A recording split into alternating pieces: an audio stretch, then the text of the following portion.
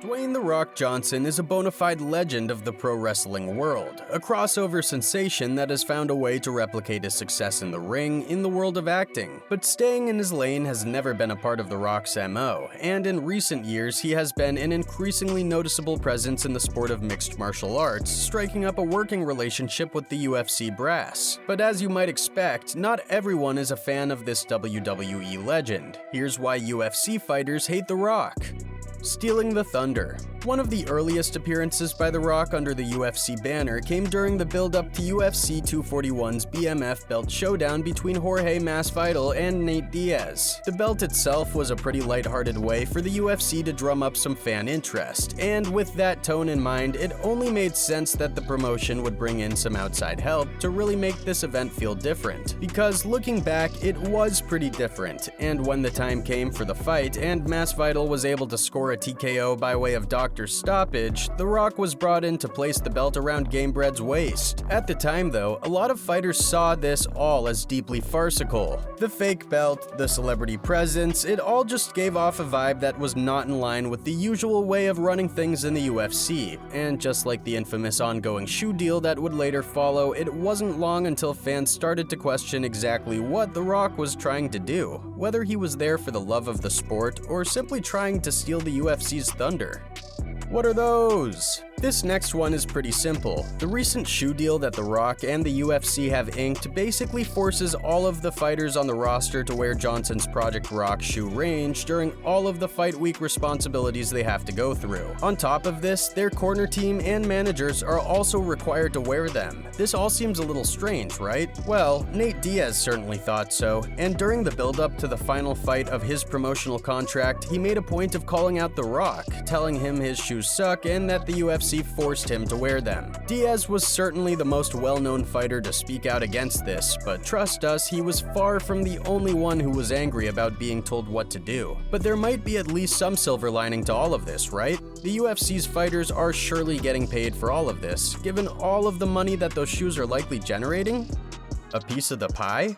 It might shock you to know that the shoe deal that brought a lot of attention to The Rock's partnership with the UFC is actually not what it appears to be. Okay, so we've gone through the whole nuisance of actually having to wear these shoes, but in comparison to the Reebok and Venom deals, which are problems in their own way, the Dwayne Johnson shoe debacle is another level of insulting entirely. Not only do the fighters have no choice in the matter when it comes to basically modeling The Rock's shoes for him, but they also don't even get a share of the revenue the shoe sales generate. Doesn't that seem odd to you? Only Dana White would agree to a deal that is so heavily skewed in favor of the company's interest. They make a quick buck off helping The Rock launch his new brand. The Rock himself gets a platform to promote his new product, and the fighters? Well, let's just hope that the unknown fighters on the prelims get to at least keep the shoes when they're done wearing them, because as far as we can tell, they are all being exploited by this business partnership, and judging off the reactions we have seen, they are far from happy. It just seems like one of two things is true. Either Dwayne Johnson is so far removed from his business dealings that he simply wasn't aware that the fighters weren't getting paid, or more likely, he knows exactly what he's doing and is willing to screw over hundreds of athletes and team members just so he can make his cash. We don't know which is worse, to be honest. Pro wrestling legend.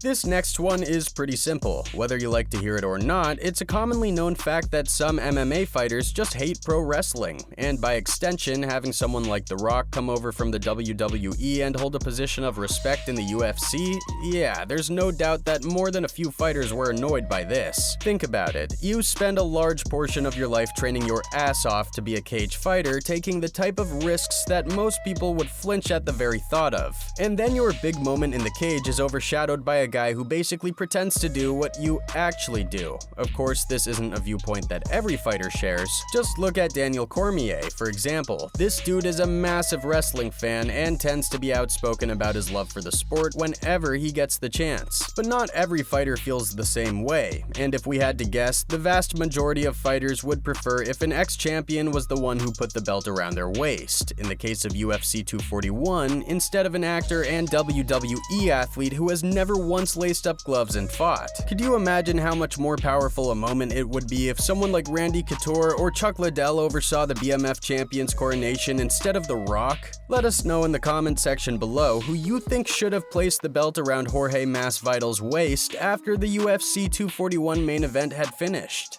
His motives. And finally, we come to an obvious pick. In recent times, we've seen several celebrity figures join forces with the UFC in one way or another. Just look at the recent Dern vs. Xiaonan card in the UFC Apex. Not only was the event closed off completely to both fans and media, but despite him insisting during fight week that it wasn't the case, Dana White basically cleared out the entire venue so Facebook founder Mark Zuckerberg and his friends could have a private show. Naturally, the public were pretty offended by this move, arguing that the UFC had done their own supporters dirty by inviting a corporate billionaire in at their expense. It would later emerge that Zuckerberg was making a move towards a metaverse MMA collaboration, but when it comes to Dwayne Johnson, it's easy to see why the fans are questioning his motives in working with the UFC. Maybe he's a diehard fan, but even if he is, it's pretty clear that he is out to make a quick buck off of this sport. Just look at the shoe deal we previously discussed. The Rock is a sharp businessman, and UFC president Dana White is only too happy to bring in business partners who attract attention from the mainstream media. And when you factor in that the fighters are not the ones who are benefiting here, it's clear that there is more to this relationship than meets the eyes. In today's world, things are rarely as simple as they appear on the surface, and if we had to guess, more than a few fighters are probably quite angry at The Rock for using MMA for his own benefit. And that will just about do it for this video. But what do you think of Dwayne "The Rock" Johnson?